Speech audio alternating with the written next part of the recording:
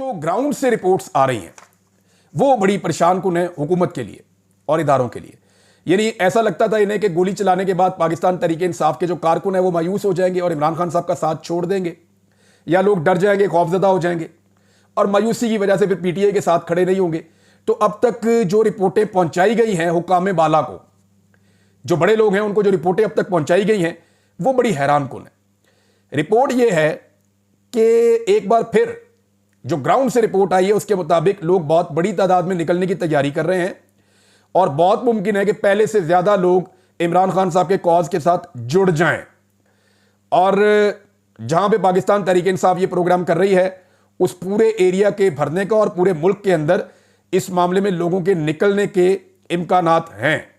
ये रिपोर्ट जनाब जमा करवाई गई है और इस रिपोर्ट में यह बताया गया है कि गुज़िश्ता इवेंट की नाकामी का, क्योंकि वो तो इसको नाकामी कहते हैं ना, तो उसमें एक जुमला यह है कि गुज़िश्ता इवेंट की पाकिस्तान तहरीक इंसाफ का जो इवेंट था उसकी नाकामी का पाकिस्तान तहरीक इंसाफ की लोगों के अंदर जो मकबूलियत है या लोगों के अंदर जो उनका नैरेटिव है उसको कुछ खास डैमेज नहीं हुआ, बल्कि बाज़ जगहों पे स्पेशली ओवरसीज में और खैबर पख्तूनख्वा में लोगों के गुस्से में इजाफा हुआ है।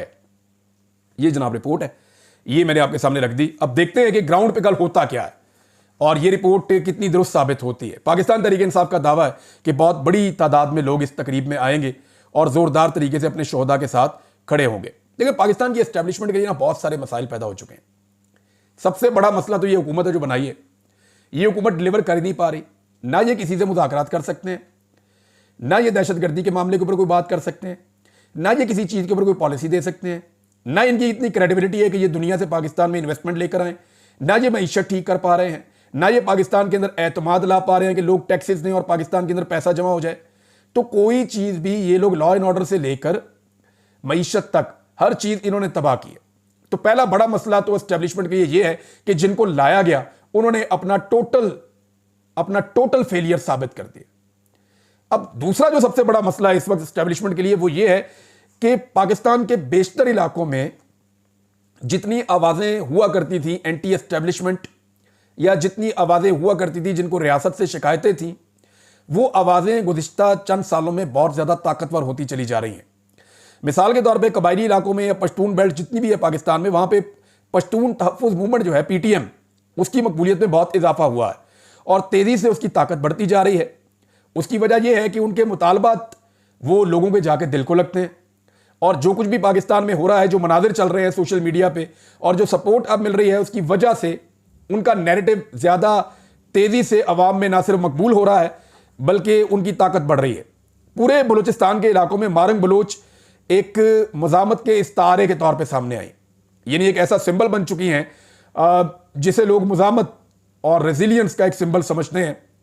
और रियासती पॉलिसियों से जितने लोग नाराज हैं वो इकट्ठे और मुत्तहिद हो रहे हैं बलूचिस्तान में और वो साथ खड़े हो रहे हैं जाके मारंग बलोच और उनकी तहरीक के साथ। गिलगित बल्तिस्तान और कश्मीर के हालात भी आप अच्छी तरह जानते हैं। कश्मीर में जो कुछ हुआ वो आपके सामने, रियासत को बदतरीन शिकस्त दी है कश्मीर के अवाम ने। रियासत को बार बार कश्मीरियों के सामने घुटने टेकने पड़े। जो भी कानून वो लेकर आए कश्मीरियों ने उनको रद्द किया है, बल्कि अब कश्मीरी वार्निंग दे रहे हैं कि फलां चीज यहां होनी चाहिए और फलां चीज नहीं होनी चाहिए, और उन्होंने चीजें अपने कंट्रोल में ली हैं और हर किस्म की गुलामी से इनकार कर दिया है। तो कश्मीर के अंदर तो कभी किसी ने सोचा भी नहीं था कि रियासती जबर को इतनी बदतरीन शिकस्त होगी, लेकिन वहां पे हुई है। बाकी पंजाब और सिंध के अंदर पाकिस्तान तहरीक इंसाफ की वजह से लोग निजाम से सख्त नाराज हैं। यहां पे मिडिल क्लास ज्यादातर होती है और मिडिल क्लास अपने आप को चीजों से इररेलेवेंट रखती थी, लेकिन इमरान खान साहब ने उनको अपनी सियासत में रेलिवेंट कर दिया। अब जब से वो रेलिवेंट हुए हैं तो उनके भी शिकवे और शिकायतें हैं और वो कभी बाइकआउट करते हैं, कभी वो अपना एक बयानिया बनाते हैं। और ये मिडिल क्लास ही है जिनके लोग उठाए जाते हैं, गायब किए जाते हैं, टॉर्चर किए जाते हैं, इन पे पर्चे दिए जाते हैं, इनकी जिंदगियां तबाह की जा रही हैं। पाकिस्तान में जो निज़ाम है वो ये समझता है कि इनको कुचल के वो इनकी सोच को बदल सकते हैं, लेकिन इसका उल्टा इंपैक्ट हो रहा है। अगर आप अप्रैल 2022 से लेकर आज का मवाजना करें तो चीजें बहुत मुख्तलिफ हैं। अप्रैल 2022 में लोगों को कुछ शक व शुबहात थे, बाद में उनके शिकवे बढ़ते गए और अब लोगों में बड़ी क्लैरिटी है और लोग साफ बात करते हैं कि एस्टेब्लिशमेंट की जो पॉलिसीज हैं उनकी वजह से पाकिस्तान को और हमें नुकसान पहुंच रहा है। तो लोगों की सोच बहुत तब्दील हुई है।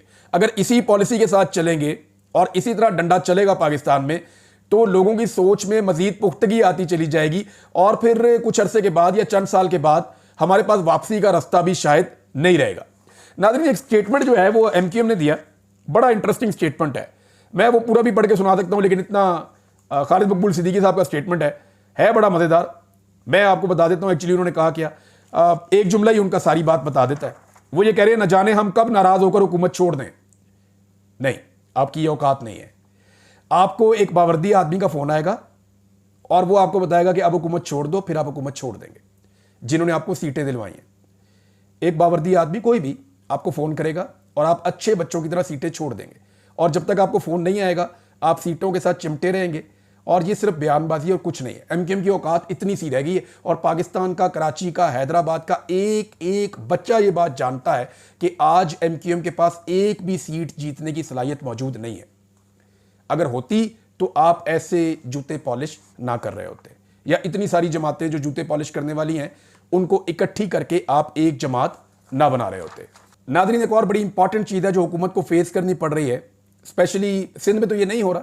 सिंध में अच्छा कंट्रोल है जरदारी साहब का और बिलावल का और उनकी हुकूमत का ब्यूरोक्रेसी के साथ, क्योंकि सिंध की ब्यूरोक्रेसी आप सब बड़ी अच्छी तरह जानते हैं, वो बिल्कुल इकट्ठे हैं, यकजान है हुकूमत के साथ, तो वहाँ उनका काम ठीक चल रहा है। लेकिन अगर आप पंजाब में आ जाएं या वफाक में आ जाएं या इवन आप आ जाएं खैबर पख्तूनख्वा में, तो इन जगहों के ऊपर, या बलूचिस्तान में भी आप चले जाएं, पाकिस्तान के 3 बड़े सूबों में, या आप कश्मीर को भी शामिल कर दें इसके अंदर, बल्तिस्तान को भी, गिलगित बल्तिस्तान को भी आप शामिल कर लें, यहां पे किसी भी सियासतदान से ब्यूरोक्रेट ऑर्डर्स नहीं ले रहे। ये बात अपने मुंह से वो नहीं करेंगे, लेकिन अली अमीन गंडापुर के साथ भी यही हो रहा है, पंजाब में मरियम नवाज के साथ यही हो रहा है, फेडरल गवर्नमेंट में शहबाज शरीफ और उनकी कैबिनेट के साथ भी यही हो रहा है। और बार बार ये लोग शिकायत कर रहे हैं, खासतौर पर PMLN के लोग शिकायत कर रहे हैं, हमारी हुकूमत है, हमारी बात ही कोई ब्यूरोक्रेट नहीं सुनता। हत्ता के चंद ब्यूरोक्रेट्स ने कहा जी हम एस्टेब्लिशमेंट की बात सुनते हैं, या उनकी सुन लें या आपकी सुन लें। ब्यूरोक्रेसी को इस बात का पता चल गया कि मुल्क में असल हुकूमत एस्टेब्लिशमेंट की है, ये सिर्फ यहां पे बिला वजह लाकर बिठाए गए हैं, और ब्यूरोक्रेसी ने ही इनको जाली फॉर्म 47 देकर इन सीटों पर बिठाया। तो क्योंकि अवामी ताकत नहीं है पीछे, अवामी सपोर्ट नहीं है पीछे, तो इन हुकूमतों की औकात ही कोई नहीं है। जो खैबर पख्तूनख्वा की हुकूमत है उसका मसला उल्टा है, वहां पर तो दुश्मनी चल रही है ना, वो तो एस्टेब्लिशमेंट अपनी मर्जी के बंदे वहां लगाए हुए हैं और वो वहीं से ऑर्डर आते हैं, वो उनको फॉलो करते हैं, वहां तो ट्रांसफर पोस्टिंग भी नहीं हो सकती। दूसरी तरफ जो PMLN है उनकी शिकायतें सामने आ रही हैं, और वो सीरियस शिकायतें, वो कह रही है हमारी बात ही कोई नहीं सुनता। हम ब्यूरोक्रेट्स को कहते हैं ये काम ऐसे करना है, ये काम ऐसे करना है, वो एक कान से सुनते हैं, दूसरे से निकाल देते हैं। और ये इशू अब रिपोर्ट होना शुरू हो गया। थोड़े दिनों में आपको खुद PMLN के लोग ये कहते हुए, और ये आप सुनेंगे बार बार हर जगह पे, कि जनाब हमारी तो बात ही कोई नहीं सुन रहा। ऐसी हुकूमत को तो छोड़ देना चाहिए।